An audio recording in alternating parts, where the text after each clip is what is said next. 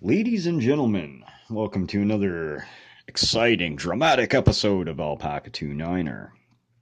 Today's episode has been brought to you by nothing in particular but the sunshine and the birds singing happily in the trees. And they're actually doing that. So yesterday we had a bit of a kerfuffle with the weather, and we knew this was coming, but I mean, you can't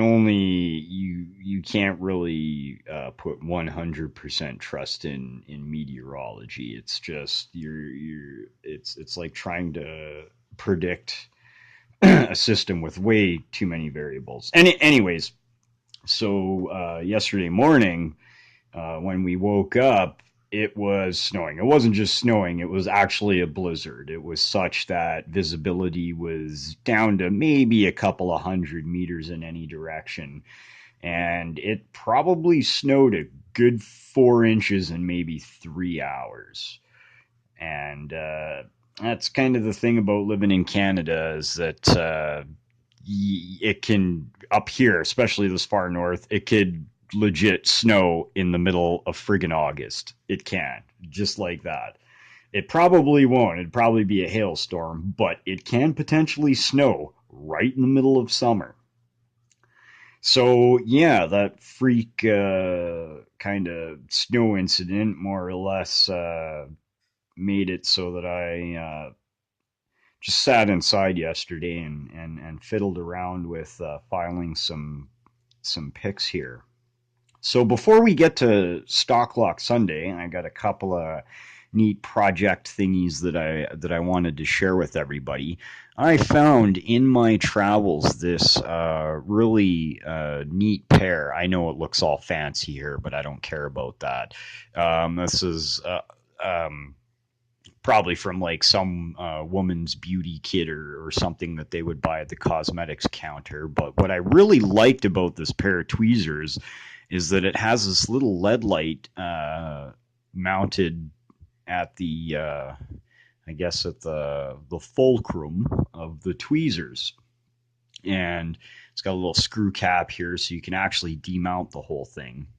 And I really like the LED light, and I've actually tested this out in repinning a lock, and I can make it work as is. And this light does really help with keeping things visible inside of the body of the lock when you're trying to repin. And it really helps me because, let's face it, I'm getting old. My eyes are going to shit. So this actually really has been a really great addition. My only issue is that you can see that the shape of this is it's quite large, right, and kind of ungainly when you're trying to work in a small space like the body of a lock. So I think what I am ultimately going to do, this is going to be a legit project because I really like these things, is I'm going to demount the light here, and I'm gonna take this to a grinder, and I'm definitely going to alter the shape of this quite dramatically, and probably square the tip off too. Because one problem with this and how ungainly this is, these big bars actually do block a little bit of light, and it is kind of difficult to work inside of the wells with this big ass end on the tweezers. So we're gonna file this down to a shape much more suitable and see how that goes. So I still really love this just because of the LED light. That is an absolutely fantastic feature. So if anybody else is interested in trying to grab one of these and maybe trying to incorporate that into your kit, it is manufactured by Revlon.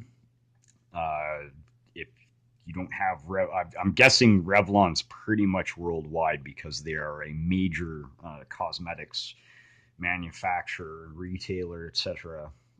So I would imagine that if I went down to, say, Shoppers Drug Mart, or the kind of drugstore where they would sell a lot of women's cosmetics, or a department store or something, you might actually be able to find a pair of these being sold by themselves. It would not surprise me. It could also be that this is part of a kit, and so, but we'll put that off to the side right now, and that'll be a nice project for later. Also, too, like I mentioned earlier, yesterday was a day where, well, couldn't really do a whole heck of a lot outside. It was windy and it was snowing and it was kind of miserable. I even had to go retrieve the snow shovel, which I had packed up in the rafters of the garage, thinking, okay, well, we're probably not going to see a significant amount of snow until winter comes again. Yeah, I was wrong about that. So I ate those words by having to shovel the walk yesterday. Wasn't really that bad of a job. Woke up today, 90% of the snow's gone already because the ground's not frozen and it's just going to melt really quick. In fact, I guarantee you by the time after dinner comes and we're getting ready to go over to David and Kelsey's for Game of Thrones night, all of this snow will be gone. It'll be forgotten. And everybody can, march off into the sunset, guns a-blazing, holding hands, and singing happy songs and all that stuff. So getting back to the hand filing of the picks, I had started yesterday. I had started out. This actually started life as a triple peak, but I didn't really like the triple, and it wasn't working out very good, so I cut it back to just a double peak. And this actually appears to have a bit of use. So I picked several locks with it, so it is functional. And I just spent last night kind of rounding off all of these edges. If any of you watch Bosnian Bill's videos, he has a bit of a fetish for taking his picks and kind of taking the edge off of them. And I've tried that out, and I've really taken it to heart because the softer edges do actually result in less picks getting hung up inside locks, etc.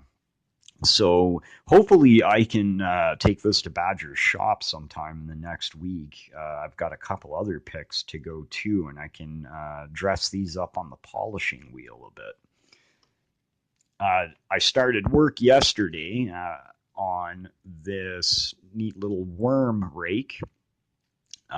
This one too, I think I'm going to take some off the shank a bit. I'm not really liking that. I think this is a little bit too much yet. So I'm probably going to spend some time today filing this down. But I've taken all the edges off, and this does work. I'm not comfortable with this little extra meat on the shank here. So I'm going to take that down a little bit, and that'll be a nice little worm pick, hand filed. And I have here, obviously, and these picks are made from the stainless steel inserts that you find that you find in windshield wiper blades. So, and in my travels, I have collected many different kinds of windshield wiper blades, and there is a substantial variety in the thickness, grade, and shape of the metal inserts inside them. Some of them are spring steel. Some of them are made of really crappy material that just breaks when you try to bend it. Others are made of reasonably good quality stainless steel and are nice and flat. So I have a bunch of this stock right now, and they're still a little bit thick for like professional grade picks. This material is approximately 1/16 of an inch thick, or about a millimeter. And so I have a fair bit of this. These are just pieces from one wiper insert. I've roughly cut them down to a shape, in the general shape and length of a lockpick. So I have a bunch here that I can play with, and I have a couple of wiper inserts still of this shape and thickness sitting out in the garage. So I've got plenty of material to play with. So that'll be some projects on the go. So yeah, a fair amount of work. There's probably a total of about 12 hours into both of these picks, and that's going pretty hardcore. And mind you, I'm not using any power tools to do this. No Dremels, no grinding wheels or anything. This is just strictly hand filed, folks. Kind of eats up some time, right? Keeps me out of trouble. And I kind of enjoy doing it. It is a very precise and meticulous task. That's right up my alley. So we'll put those off to the side and let's get on to why we're here in the first place, which is Stock Lock Sunday. Today, I have a couple of locks on the pick and block today. They're all of the same brand. I don't know if that shows up very well. That is a Taymor, one of their deadbolt cylinders. Now, the reason I picked Taymor is it's a fairly popular lock in that it's something you see at hardware stores and home improvement stores like Home Depot, etc. And there are in my city there are a lot of new builds, both in subdivisions, new neighborhoods being developed on the outskirts of the city. So all new neighborhoods with all new houses, and a number of rebuilds in the inner city communities. Pardon me, I just had a bit of a coffee burp, just struggling to get out there. So, and I see a lot of these Taymors, and every time I see one, I just shake my head because I don't really think they're that good of a lock. Um, a majority, in fact, I think all of the Taymors that I have ever encountered, I've been able to rake open.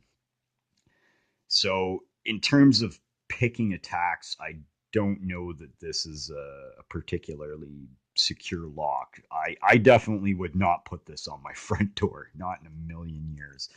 And you might not be inclined to do so either after you see how easy it is to pick these things. So I got a couple of deadbolt cylinders here, and I got a core from a key and knob, and we're gonna go ahead and I think we're gonna start with the. Actually, no, let's drop the octo rake for a sec. And even though this new pick doesn't have a handle yet, I got to go to Home Depot. Actually reminds me, I got to go to Home Depot. I need to grab some more heat shrink tubing for pick handles.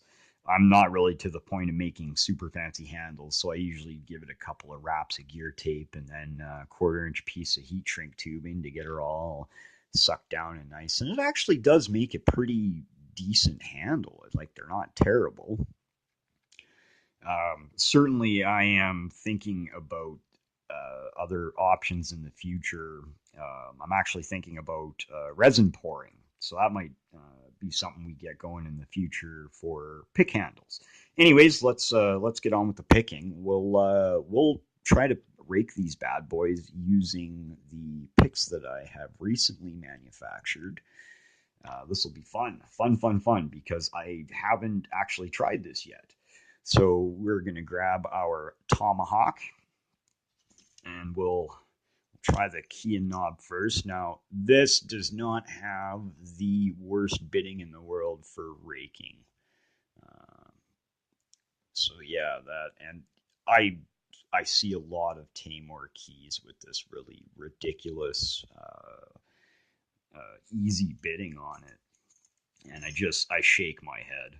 Sometimes I wonder if like a fuck ton of their locks aren't just key like, which wouldn't surprise me. So okay, we got the tomahawk in. We're gonna go ahead and we'll try this double peak first. We'll see if we get any action out of the double peak, and we'll just do our jiggly do, jiggly do, jiggly do. Now this lock it's accepting the pick. The pick isn't really getting hung up. Oh, there we go. Boom. Yeah, we were able to rake that with our freshly hot off the press, freshly baked double peak rake there. So, and let's go for a bonus round. Let's try to rake this with the worm rake, the freshly made. Now this one is going to be a little tougher because this is very slippery and it's a little tough to keep a hand on this thing. Let's grab it by the flat side here. Boom, and we were able to rake it with the worm rake too. All right, 2 for 2. That's actually not a bad score. So we'll just put that on the side there, and we'll swap over to one of these deadbolt cylinders. So these are, you can see just from a quick look here that these are not made with the best materials. Even the cap on here is kind of loose. It's kind of just, pressed on like it was an afterthought. So I mean, I'm sure they look nice in the package, but I'm not really fooled by the whole looks end of it. So let's get to picking this bad boy. Where's my tomahawk here? Let's get our tomahawk bar in there, and let's try the worm rake again.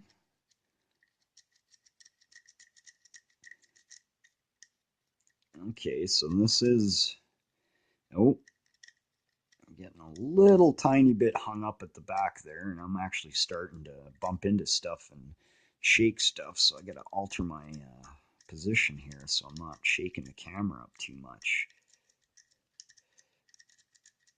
It is just not, I'm having a heck of a time trying to hold on to this pick.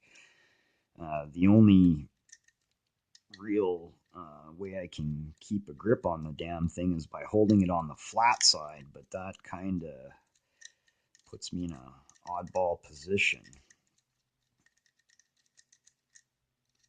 Okay, so this deadbolt doesn't appear to like this worm rake too much.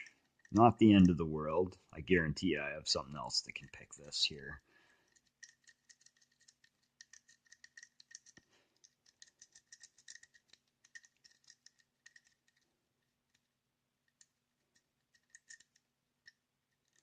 All right. Nope. That's oh, come on. Come on. I felt you almost kind of go. All right, so it doesn't really care for this worm rake here. Have to give her a try again once we get a proper handle on that pick. Let's see if we get any luck with this double peak.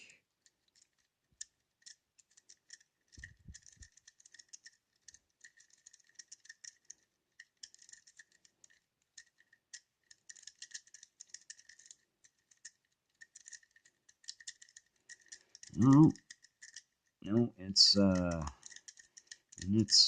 in there. It's jiggling stuff around, but it's not really liking that too much. Oh no, there we go. Boom, just like that. All right, so this double peak has actually worked out pretty darn good. It sucked as a triple. It was not very good as a triple at all. But once I nipped off the third peak there and got like this thing's actually not too bad. I'm impressed with that thing. Okay. Let's give it one more shot with the worm rake. Just one more, just so I can now. Yeah, this thing is just a real uh, ass of a thing to use with no handle. Not the easiest.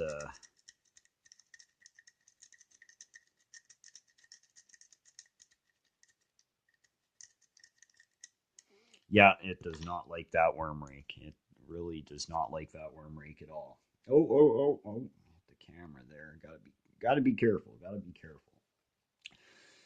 All right, well, let's not waste any more time on that. And we'll hop over to this other Taymor cylinder. This one's obviously a little bit more bashed up. You can barely see the logo on it.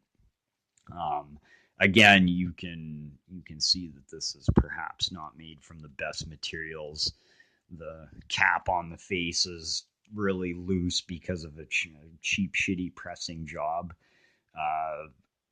Really, the only part of this lock that I'm like, oh wow, they actually had the the decency to not use one of these shitty back caps. They actually used a brass one with a brass pin. I'm actually kind of surprised they went through that trouble. All right, so let's get our tomahawk securely in the lock, and we'll give this one a go. Oh, boom. Wow, that was quick. Wow, that was actually kind of unexpected. I was just, I was like, all right, I got her to the bat. Let's start raking her. Boom, just open like that. That was nuts. So this is actually a ridiculously poor quality lock. So that might have been a one-off lucky thing. Nope, nope. Beat her again. Yeah. So let's give her a try with the worm rake. We're gonna give her a try.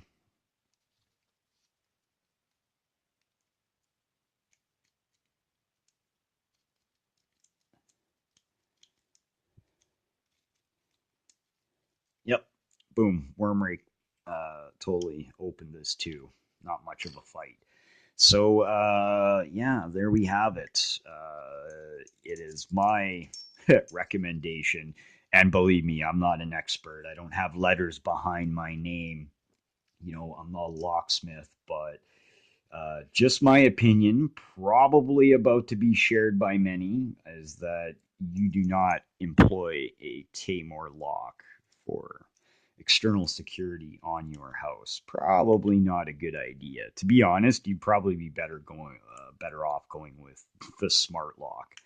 Although it's probable that this would resist the screwdriver attack much better than the smart lock.